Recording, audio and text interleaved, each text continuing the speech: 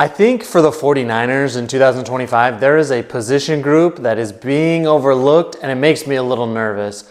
Welcome in, everybody. Seth Floyd Show. I'm your host, Seth Floyd Hansen. Talking 49ers position groups. Probably over the next couple of weeks, we're going to kind of evaluate what the different position groups are, their strengths, their weaknesses. And tonight I'm going to start with a group that I think is being overlooked. And I think could really hurt the 49ers if it's not addressed in the right way. And I'll explain that here in a second. First, though, please subscribe to the channel. You guys are awesome. We are up to 260 subscribers.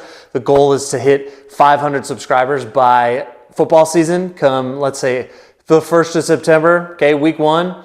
That would be amazing. So essentially double our subscribers amount. So if you're here, if you're not subscribed, go ahead and hit that subscribe button. Excuse me, you guys are the best. So the big story as far as position groups for the 49ers this offseason is going to be the offense and defensive line. Rightfully so. Football, I'm a believer. Football starts in the trenches. I've coached a little bit. I have experience coaching here in Texas. I've seen it firsthand.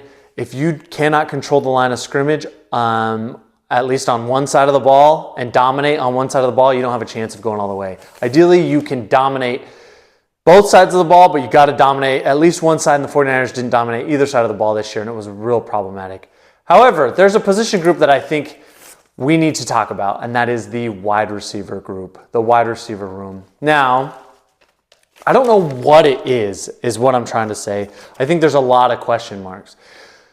Now, it could be fine. You could do nothing, and potentially and theoretically, it could all work out if you have a resurgence from Debo. If Ricky Pearsall really develops further, as we kind of hope he will, but there's still so much unknown. And if Jacob Cowan can finally see the field. But those are my concerns. Those issues I just brought up are what I personally am worried about, because what is Debo going to be? I thought Debo was going to have a monster year this year. I expected Aiyuk to have a bad year because his contract negotiations, guys who hold out historically, don't have the best season, and then they bounce back the year after. Debo, to me, was primed to have this 2021 type of season, and it didn't happen. And in fact, he looked slow. He looked fat to me. Was not the same guy. Most 49er fans will agree. So I don't know if it's responsible. If you're the GM, can you just rely on Debo Samuel to bounce back? I don't know if you can. I think that he's going to stay on the team. I don't think they're going to cut him like some fans want. I think Kyle Shanahan just loves him. I think he's one of his favorite football players. So I don't think Debo is going to be gone, but I don't think you can rely on him to be this huge impact player that he's been in the past. Also, what about Aiyuk? Guys, listen, I've said it once. I'm going to say it again. That injury was horrific, and it happened mid to late October in that Chiefs game. That injury is devastating. I don't think it's a guarantee he even plays week 1. He might play week 1. I could be wrong. All guys heal differently. But you truly aren't really yourself except for 12 months after the surgery happens. And even then, a lot of times it takes longer than that. Take it from me. I tore my ACL in 2010, my senior year of high school football, and it never felt the same. It still doesn't feel the same. In fact, I'm trying to schedule another surgery to clean it up because it just has issues. Now, it doesn't mean Aiyuk won't bounce back, and he can't. It doesn't mean he won't get back to the form he was at before, but his knee will never feel the same. He has to relearn how to run with his knee. He has to get used to how it feels different, because his knee, I don't know if I can remember if it's his right knee or his left knee, but for me, it was my right knee. My right knee feels different than my left knee all the time. When I walk, when I run, when I squat, when I do everything, it just feels different. It doesn't mean it's always in pain, but it feels different. And there's a learning process that you have to go through, being able to trust it. And the truth is, he's probably just going to lose a little bit of explosion in that knee. It's just how it goes. Now, hopefully everything goes well. All guys heal different. Some of these guys and most of these guys in the NFL are superhuman, and they can bounce back way better than average human beings like myself. But it's an unknown is what I'm saying. We don't know what Aiyuk's going to be. And that worries me. And then, of course, the Ricky Pearsall thing. He had flashes of really good times in his rookie year, but what if he doesn't take a next step? What if he just is kind of the same guy he was this year? That would be disappointing, right? The only guy who I have real confidence in going into next season is Jauan Jennings. I'm not down on Ricky Pearsall. I'm just like, you don't know what he's going to be. But Juwan Jennings is a guy that I feel like you can rely on, and hopefully Jacob Cowing shows up and makes something happen. So what do you do if you're John Lynch and Kyle Shanahan? Now I'm thinking for the 2025 season, they are all in. They still believe they're in a Super Bowl window, as they should. I think that they've got between hitting on last year's draft class and anticipating like a positive regression of the injury history, you got to expect that you can contend in 2025. You're going to have a fourth place schedule. You have the 11th overall pick. You have a lot of reasons to expect to contend in 2025. But because you want to contend in 2025, that wide receiver room is not deep enough, in my opinion. Which means I'm not advocating that the 49ers go and use a high draft pick on a receiver. High draft pick meaning first or second round. If you do a lot of these mocks, like Isaiah Bond drops to the third round sometimes, depending on your mock, and all of that could change after the combine and pro days and stuff. But if like an Isaiah Bond is there in the third round, like that's really tempting. And maybe that's a guy that could come in, and make a difference in 2025. I wouldn't count on it though, because Kyle Shanahan doesn't love to put those rookie receivers out there, as we saw last year. So I'm not advocating like, hey, use a first round or second round pick. You invested in Ricky Pearsall, like make that happen. What I'm advocating though is that the 49ers look for a good deal in free agency. What do I mean by that? Well, I'm not saying go get T. Higgins. I love T. Higgins, and hindsight is 2020. And if you could have told me, look, you could have traded Brandon Ayuk, and then you could have made a run at T. Higgins in 2025, like, call me a hater. I love Brandon Ayuk. I'd probably rather have T. Higgins at that contract, $30 million a year, than Brandon Ayuk. That's just how I feel. I think he's more physically imposing. I know Ayuk is a good locker room guy. He's a great blocker, so it's just splitting hairs at this point. But I'm not advocating going to get T. Higgins. You're not going to spend that much money on a guy in free agency, and his salary's going to get inflated because of free agency. I'd love like an Amari Cooper. He's also probably going to be out of your price range. Probably too much.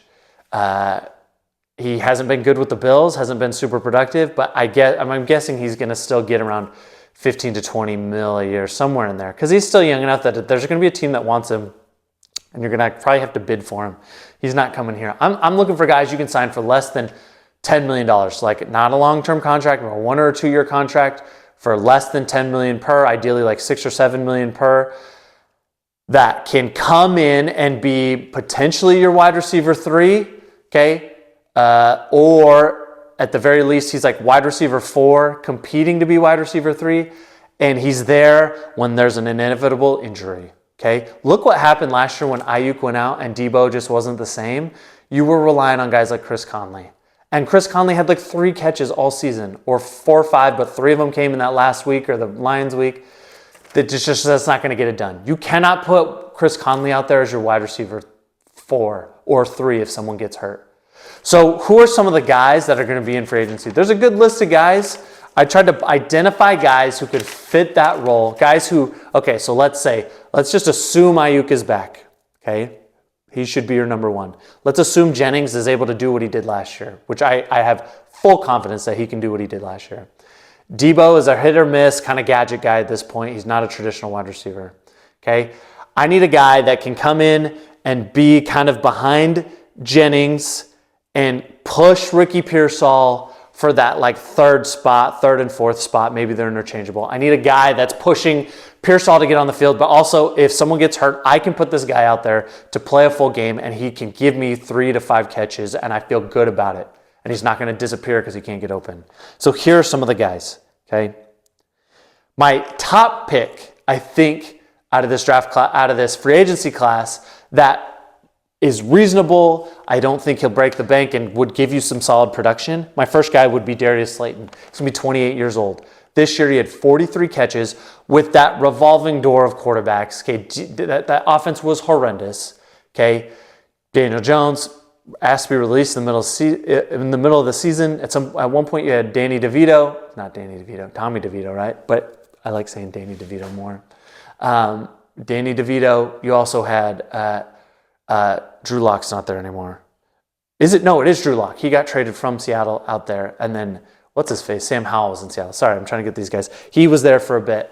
So and he managed 43 catches. And he's playing behind Malik Neighbors. He's not Malik Neighbors, but he's like a good compliment guy, kind of gets down the field, and had 43 catches. To me, that's worth it. I think he signed a 2-year, $12 million deal with the Giants in 2023. So he was averaging $6 million a year. That was the average. I know the structure was different, but you get my point. If I could sign Darius Slayton to that same contract or in that ballpark, I'd be very interested because he's a guy I can trust. And he's played with terrible quarterback play. Terrible quarterback play. So put him in Kyle Shanahan's system with a Brock Purdy, an efficient quarterback. I would assume if he has to be my wide receiver 3, if someone gets hurt and he has to be my wide receiver 3, I trust him to go out and catch 45 to 50 balls. I would assume so because he's fast and can get open. Okay? At the worst, he's competing with Pearsall and he's pushing Pearsall to be on the field. That's the kind of signing that I think the 49ers need because someone's going to get hurt inevitably or someone's going to underperform and it's going to be disappointing. You need more competition because this year, Ayuk went out, you had Jennings you could rely on, you had Ricky Pearsall who was hit or miss, he's a rookie, I'm not blaming him, I expect him to take another step, and then after that you were relying on Chris Conley, Trent Taylor made an appearance, I think Robbie Chosen made an appearance at one point, just horrendous. You cannot have that, you need a guy who is somewhat reliable. Plus, Darius Slayton's only 28, and I don't think he's hit anywhere near his ceiling because of Daniel Jones in New York, it was a bad situation. So I think he could be really intriguing, just depends what his market is. But if you can get him for less than $10 million, that's worth a flyer to me. Another guy, okay, these other guys I'm less excited about, but I would be very interested in still. Tutu Atwell this year. This was his first real good year for the Rams. He had 50 catches. I don't think he had a touchdown, but he's only 20. He's going to be 26 going into 2025. He's an unrestricted free agent. I don't know if he would leave the Rams, especially because I don't think Cooper Kupp is going to be on the team anymore. He's still under contract. Otherwise, I'd be hey, let's kind of take a flyer on Cooper Kupp because at the very least, he's going to be there for a Ricky Pearsall and just kind of help. I don't think he is going to, I don't know. I think they're going to trade him is what I'm saying, which means I imagine they want to bring Tutu Atwell back. Unless there's just this bidding for his services and then the 49ers are probably going to be outpriced anyway. But I think Tutu Atwell, who runs really well, 50 catches, that's what I want. I don't need a number 1. I'm not looking to break the bank for a number 1. I need a guy who raises the floor of the wide receiver room, whether there's an injury or not. He'll just push guys. He'll work his way onto the field. He will be a spark. He'll be a guy that just can get open when you need it as the attention is focused on Jennings and on Ayuk. Tutu Atwell would be a good, solid pickup to me.